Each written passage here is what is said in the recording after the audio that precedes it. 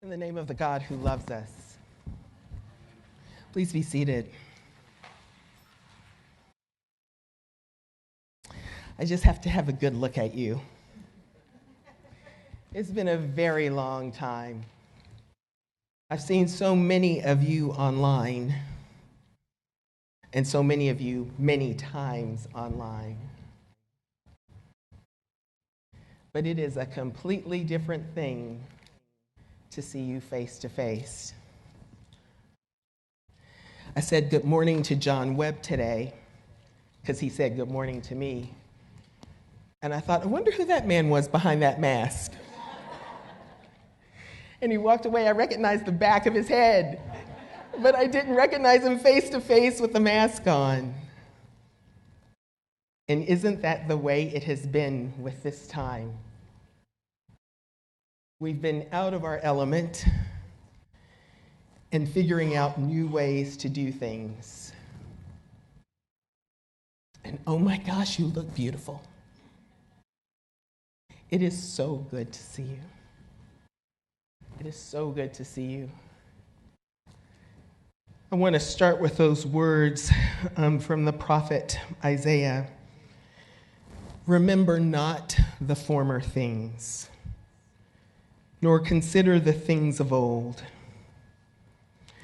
Behold, I am doing a new thing. Now it springs forth. Do you not perceive it?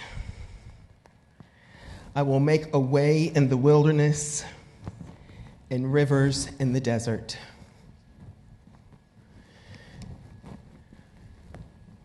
Do not remember the former things. I am making a new way. Do you not perceive it? A way in the wilderness and streams in the desert. Those were words of encouragement. Those were words of instruction. Those were words that the prophet Isaiah meant for a dispirited and worn down nation of Israel. They had been at their wits' end. They had seen the worst. They had lived through the worst. And they did not know what was next. Those prophetic words told them, don't look back. Look forward. I'm doing something new. Prophetic words for the church. Prophetic words for the Diocese of Newark. Prophetic words for our nation. Prophetic words for our communities, for our households, for ourselves. Prophetic words where God says to us,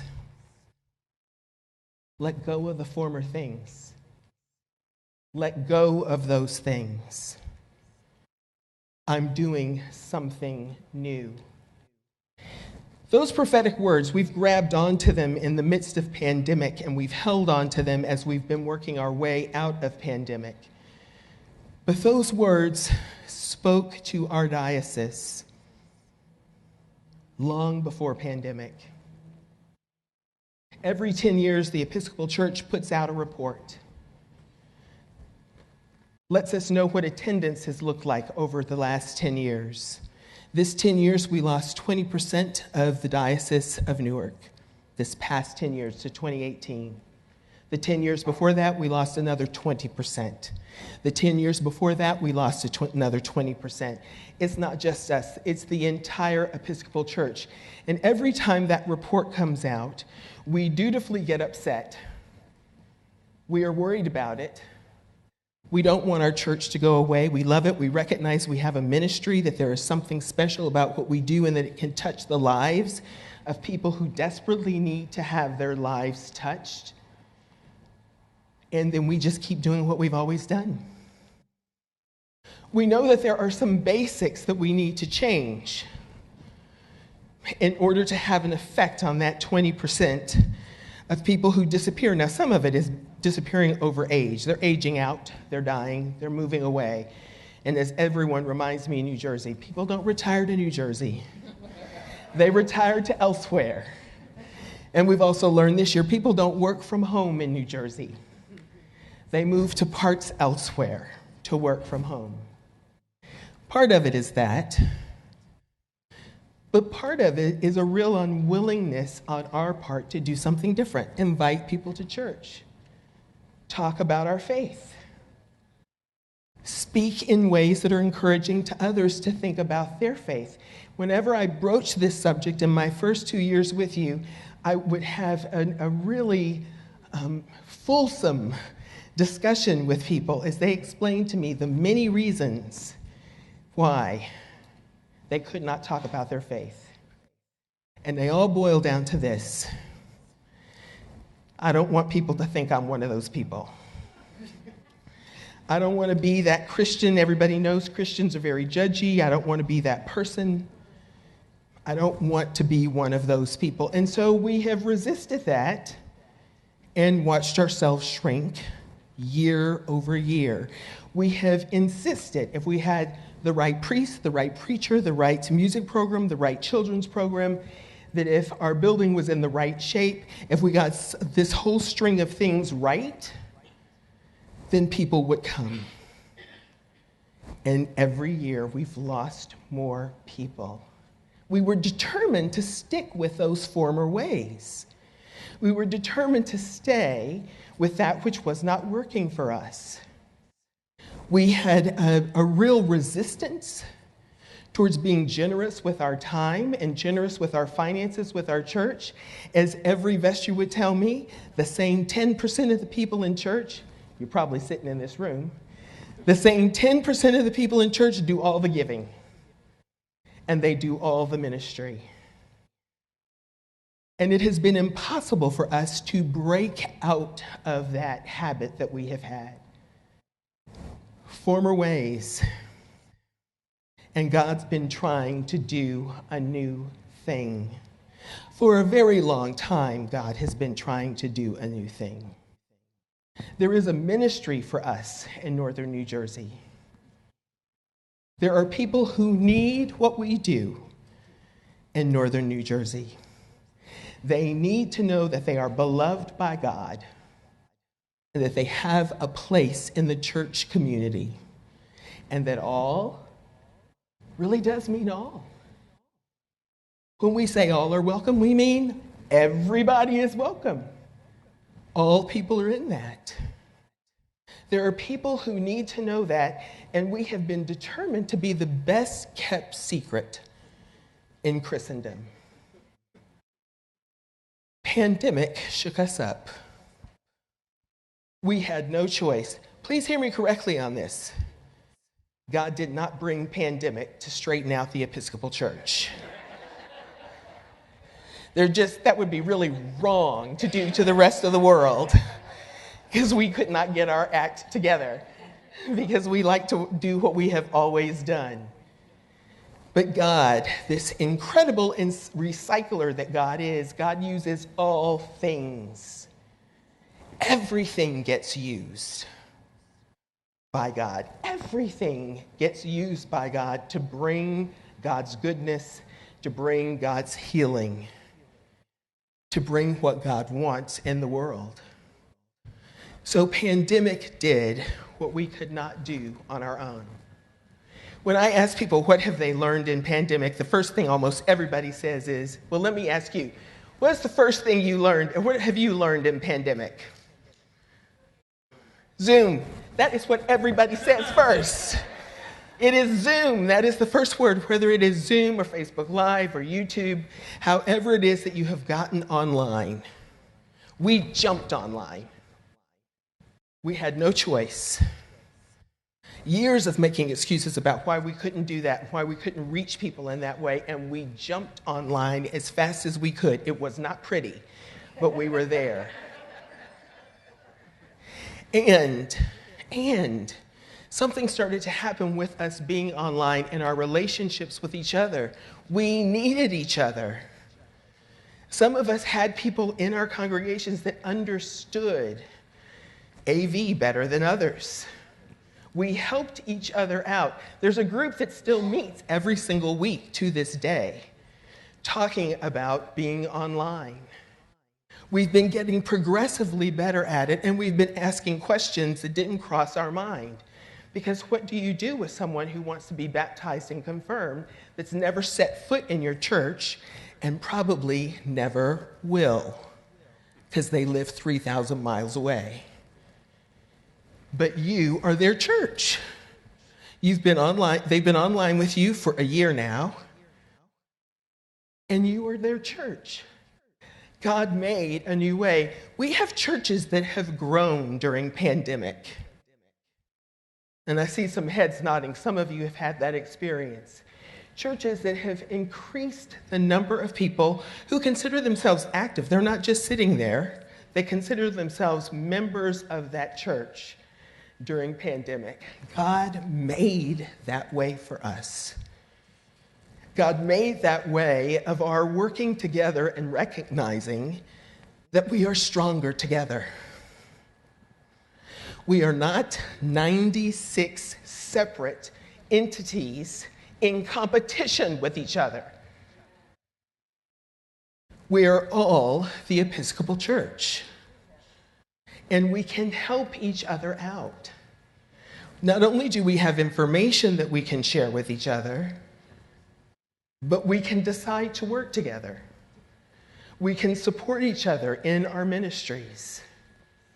If one church brings in a speaker, they can invite all the other churches to come in and enjoy that same speaker. That God made a way for us to be stronger as church. God made a way for us to learn more about the faith. I keep thinking of a conversation that I had with someone in one of our churches, in one of the lay meetings, who said that after a year of leading online worship, doing, I think they did noonday prayers for their church on a regular basis, on a weekly basis. They were part of a rotation. He said, after a year of doing that, I'm not the same person. My faith is deeper. I have a stronger sense of what God is doing. I don't feel so shaky about what's the next right step to take. I know that I'm living in God's will in a way that I have not known it before. God made a way into deeper faith for us. This time has been full of ways made in the wilderness. It has also been full of rivers brought into deserts where people were thirsty or hungry. That we simply decided as church, we weren't going to let people be hungry in northern New Jersey. We just weren't going to do it. We were going to figure that out. Churches doubled, tripled, quadrupled. In some cases, gathered with other entities and became much larger than they ever could have imagined on their own. And it wasn't just about the food. It was about the relationships that began with seeing the same people week in, week out.